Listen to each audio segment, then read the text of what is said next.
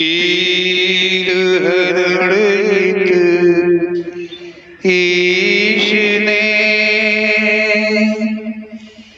लिया पैगंबर अवतार। पीर पैगंबर जब बाबरे करी है भव से पार। पीर पीर सब ने कहा पैगंबर कहत न कोई। पीर पैगंबर जो जपत है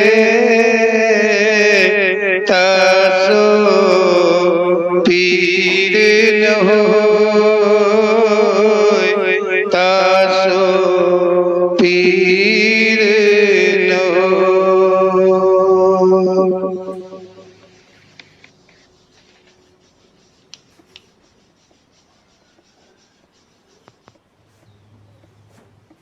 बोलो पीर पैगंबर जी महाराज की जय।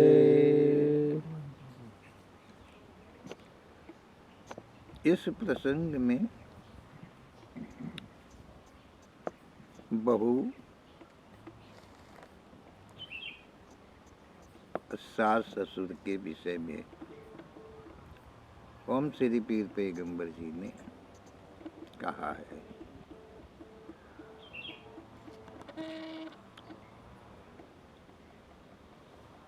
सास ससुर का फर्ज बहू के लिए क्या है, कैसा होना चाहिए, इसे ओम श्री पीर पैगंबर जी ने कहा है।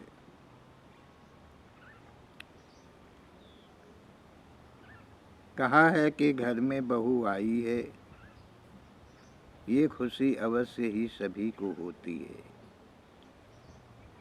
जब किसी लड़के की शादी होती है, उसकी दुल्हन घर आती है, तो पूरे परिवार को महान खुशी होती है, सभी खुश रहते हैं।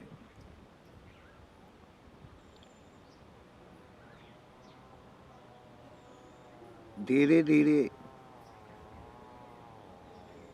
वो खुशियाँ जाने लगती हैं। जैसे जैसे समय बीता, धीरे धीरे थोड़ा थोड़ा बीता कि वो खुशियाँ वापस जाने लगी।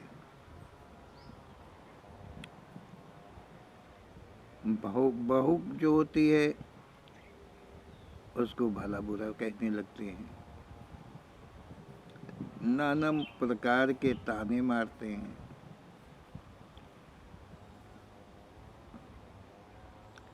ओम श्री पीर पैगंबर जी कहते हैं वो तो दूसरे के घर से आई है, तुम्हारे घर के रहन सहन वार्ता आदि से अनभिज्ञ हैं।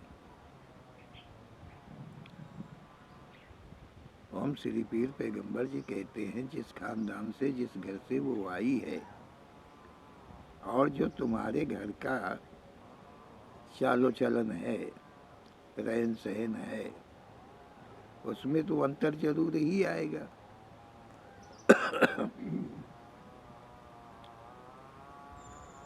अंतर आएगा तो उसमें भला बुरा कहने की जरूरत नहीं है। अपने घर के मुताबिक उसके रहन सहन को बदल लेना चाहिए। और ये काम है, ओम श्री पीर पैगंबर जी कहते हैं उसकी सास को विशेष कर जिम्मेदारी है कि वो उसे अपनी लड़की मान काम धंधा व रहन सहन समझाए।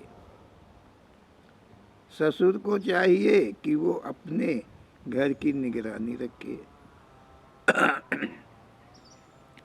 ओम श्री पीर पैगंबर जी कहते हैं कि जब दुल्हन घर आती है तो वो तुम्हारे घर से अनभिज्ञ है, तुम्हारे रहन सहन बोली भाषा से अनभिज्ञ है।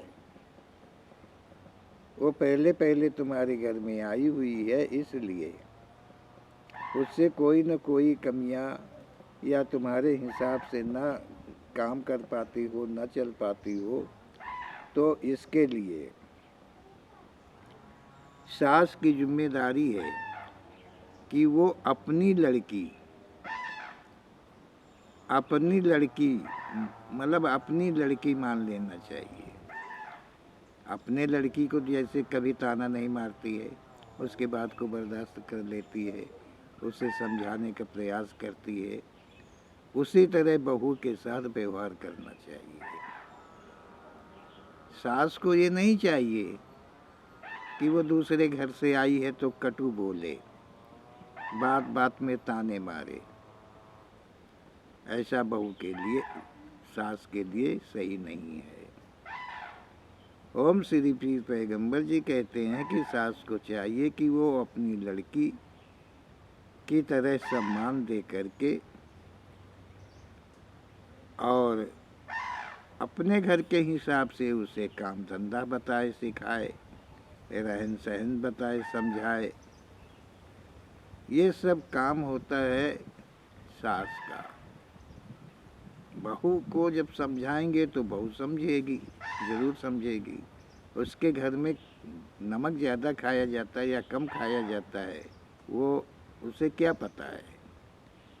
जब सास बताएगी, सास कहेगी, तभी तो सब लोग जानेंगे, बहू जानेगी, और तभी तो वो सबके लिए खाना पका पाएगी सही तरीके से। अगर अनभिज्ञ है और उस पर ताने मारो, नमक ज़्यादा हो गया, चिल्लाओ, मोहल्ले को सुनाओ, बदनामी करो, तो ये बात कहीं ठीक नहीं होती है। वो श्री पीर पैगंबर जी का ऐसा कहना है। इसमें विवाद के सिवा और कुछ बनता नहीं है। अब रहा ससुर जो होता है उस घर का, उस बहू का जो ससुर है, उसको चाहिए कि वो अपने घर की निगरानी रखे। उसका फर्ज है। बहू को कन्या, लड़की का दर्जा दे करके वो देखता रहे कि मेरे घर में क्या हो रहा है, कहीं कोई किसी को अकारण सता तो नहीं रहा है, कोई किसी पे विवाद तो नहीं बना रहा है, कोई किसी को प्रताड़ित तो नहीं कर रहा है। ये ससुर का फर्ज होता है कि ससुर को अपने घर की निगरानी रखना चाहिए। अगर कोई दोषी है तो उसे जिस तरह से वो समझे उस तरह से उसे समझाने का प्रयास करना चाहिए। ये ससुर का कर्तव्य बनता है। ओम श्री पीर पैगंबर जी कहते हैं, जो बहू है, ससुर उसका अब पिता है और सास जो है वो उसकी माता है। बहू को चाहिए कि जैसे उसके माता पिता जन्मदाता थे, अब उन्हें वो छोड़कर आई है, तो जो उसका पति के जन्मदाता माता पिता हैं, उन्हें वो अपने माता पिता का पूर्ण दर्जा दे, अंतर न डालेगा कि हमारे माता पिता वो अच्छे थे, ये खराब हैं। ऐसा अपने वो दिलो दिमाग में न लाओगे।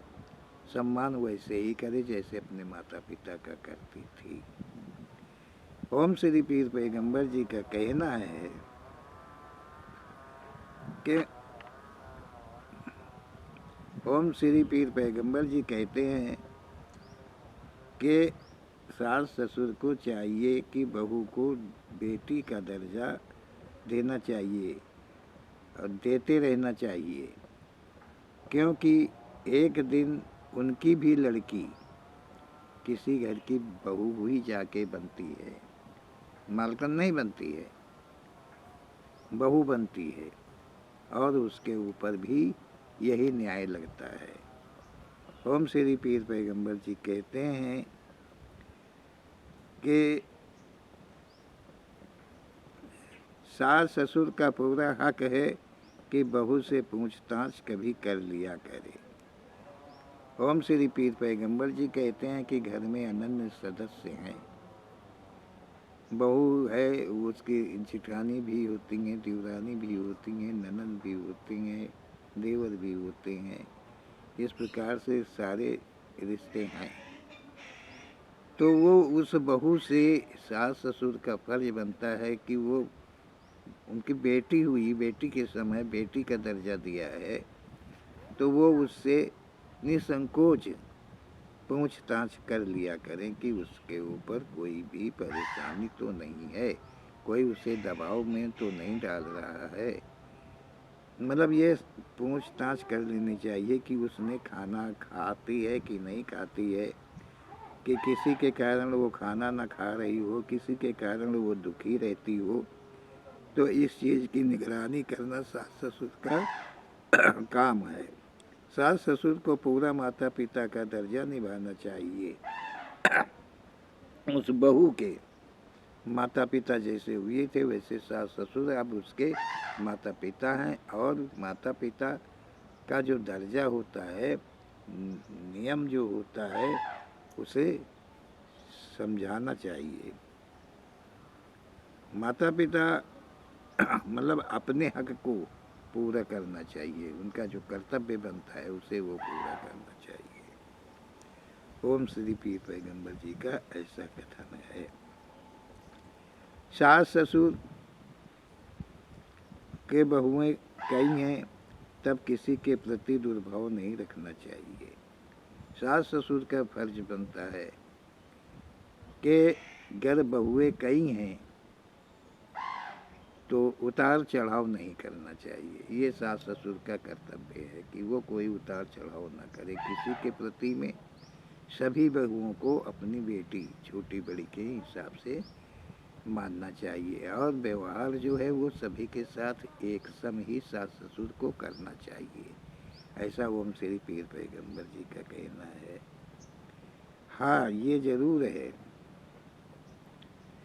कि बहुओं को भी चाहिए, माता पिता उनके हैं, मान के माता पिता नहीं, अब वो हकीकत के माता पिता हैं, और अगर वो कुछ कह रहे हैं तो उन्हें मानना चाहिए।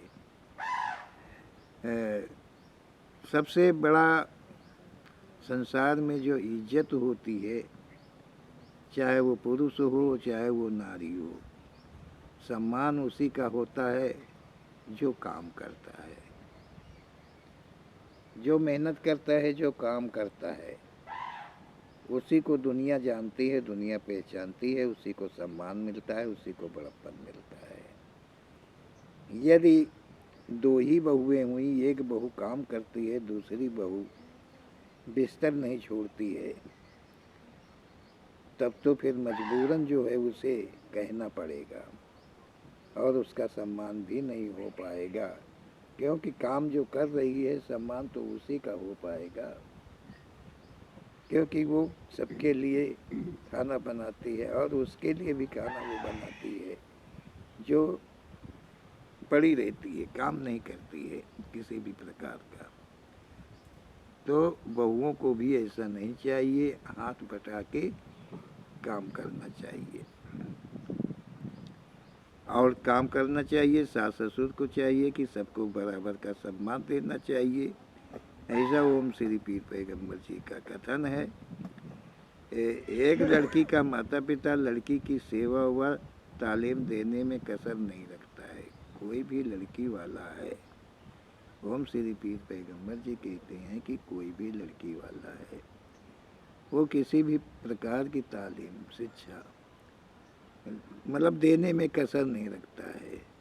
वो पैदा करता है, खिला पिला के बड़े करता है, उसके बाद में पढ़ाता है, लिखाता है, कोई सिलाई सिखाता है, कोई कंप्यूटर सिखाता है, कोई कुछ सिखाता है। जैसा जिसके पास व्यवस्था होती है वैसा वो करता है।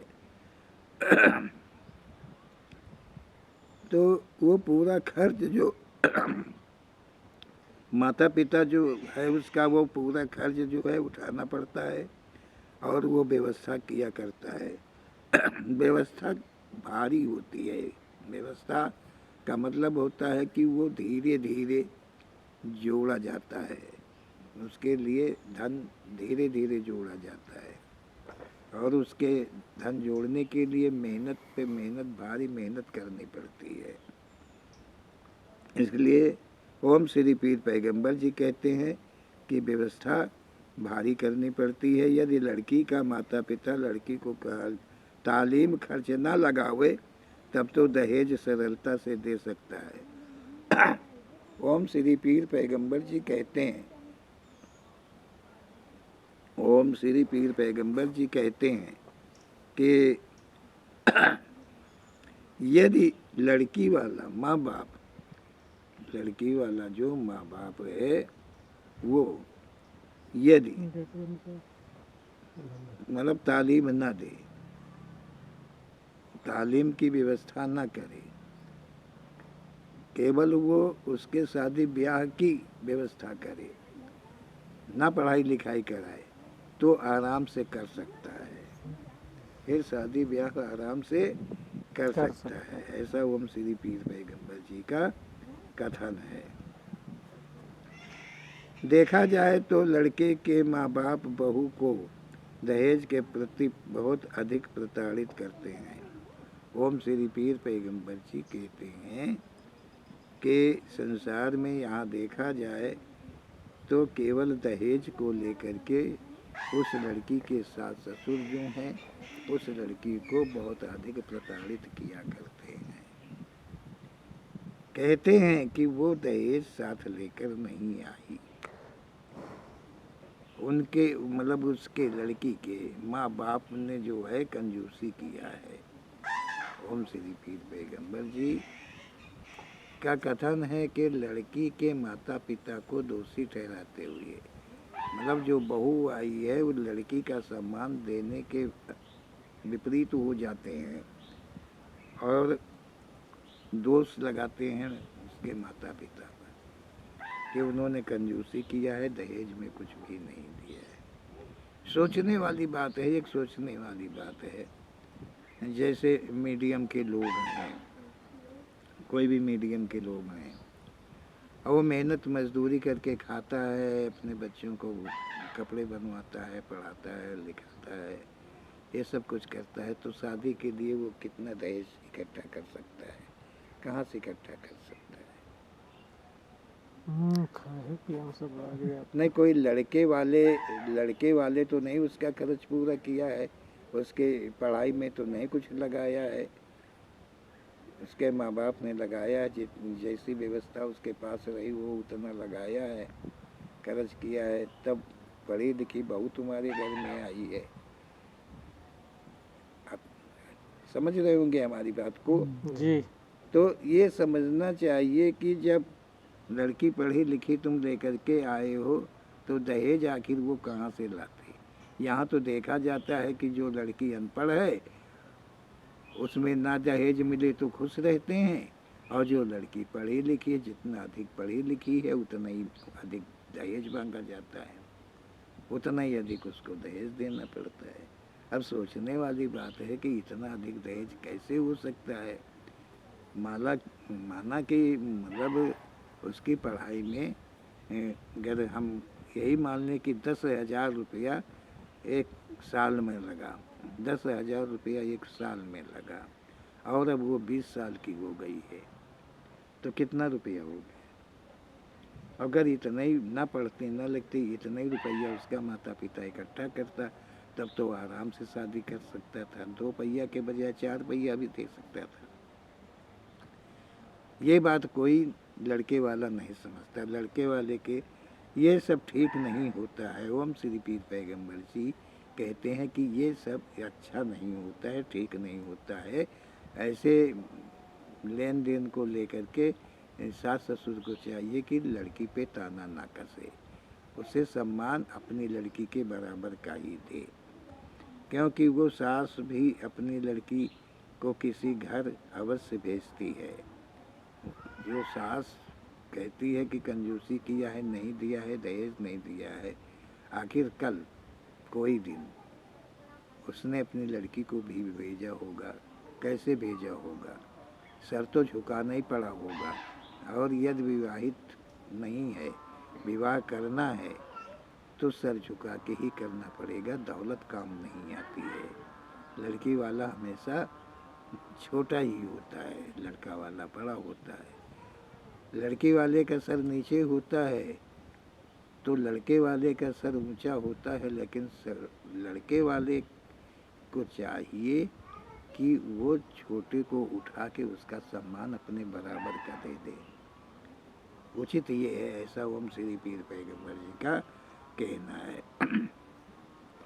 कहीं अपनी लड़की को दहेज में अपना घर व जायदाद तो नहीं दे देगी।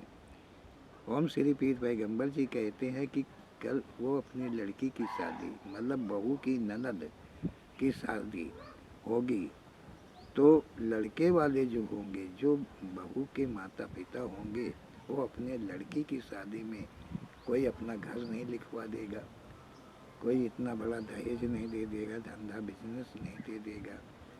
क्या समझो, मतलब जो वास्तविक सामान है वही दे सकता है। यही है कि बढ़िया क्वालिटी का दे सकता है, इतना ही दे सकता है। इतना तो नहीं दे सकता है कि लड़के वालों की पूर्ति हो जाए, इतना नहीं दे पाएगा कि वो लड़के वालों को पूर्ति कर दे, पूरा कर दे। ओम श्री पीर पैगंबर जी का कथन है कि उन्हें भी सोचना चाहिए कि कल हमको भी अपनी लड़की की शादी करना है, और शादी करना है, लेकिन लड़के वालों का घर कभी भरता नहीं है। सवाल इस चीज़ का है कि ओम श्री पीर पैगंबर जी कहते हैं लड़के वालों की कमी भगवान भी पूरा करना चाहें तो नहीं पूरा कर सकते हैं। ओम श्री पीर पैगंबर जी कहते हैं कि लड़के वाले जो होते हैं उनके लिए चाहे कुछ भी दे दिया जाए दहेज में, लेकिन वो कम ही रहेगा, कभी वो तृप्त नहीं होंगे। मुँह से कह सकते हैं, ऊपर से कह सकते हैं कि बहुत मिला बहुत मिला, लेकिन अंदर से तो यही रहेगा कि नहीं, अभी कसर रह गई, कमी रह गई है। तो हम श्री पीर पैगंबर जी कहते हैं कि जो ईश्वर है, जो भगवान है, जो परमात्मा है, जो संसार का श्रेष्ठ है, अगर वो चाहे कि लड़के वाले की पूर्ति कर दे तो नहीं कर पाएगा, क्योंकि लड़के वाले जो माँ बाप होते हैं उनके ख्वाब बहुत ऊंचे होते हैं, और सपने ख्वाब ये दुनिया में कभी पूरे किसी के हुए नहीं हैं। ओम श्री पीर पैगंबर जी का ऐसा कथन है। प्रत्येक सास ससुर को बहू को अपनी ही पुत्री का दर्जा देना चाहिए, वो घर में कभी दरिद्रता नहीं आती है। ओम श्री पीर पैगंबर जी कहते हैं कि जिस घर में बहू को पुत्री का अपनी ही लड़की का दर्जा दिया जाता है, उस घर में कभी दरिद्रता भुखमरी नहीं आती है। उस घर में मतलब हमेशा पूर्ति रहती है, खुशी रहती, खुशहाली रहती है, कभी विवाद नहीं बनता है। जहाँ पे विवाद ना बनता हो वही घर अच्छा होता है। जो मतलब खुश रहने का सवाल यही होता है कि वहाँ कोई विवाद नहीं है, तो वो घर संपन्न है। ओम श्री पीर पैगंबर जी के दिए हुए ऐसे शब्दों का हम सबका कर्तव्य है कि मनन करें और अनुसरण करना बहुत ज़रूरी है। हम सबको अनुसरण करना बहुत ज़रूरी है। तो ये कथा जो ओम श्री पीर पैगंबर जी देते हैं पारिवारिक लेकर के, ये सब संक्षेप में है, और इन्हीं कथाओं के मध्य में ढूंढते जाइए, समझते जाइए, अपनाते जाइए, अपने अपने कर्तव्यों को, अपने अपने फर्जों को निभाने का प्रयास करते जाइए। बोलो ओम श्री पीर पैगंबर जी महाराज की जय।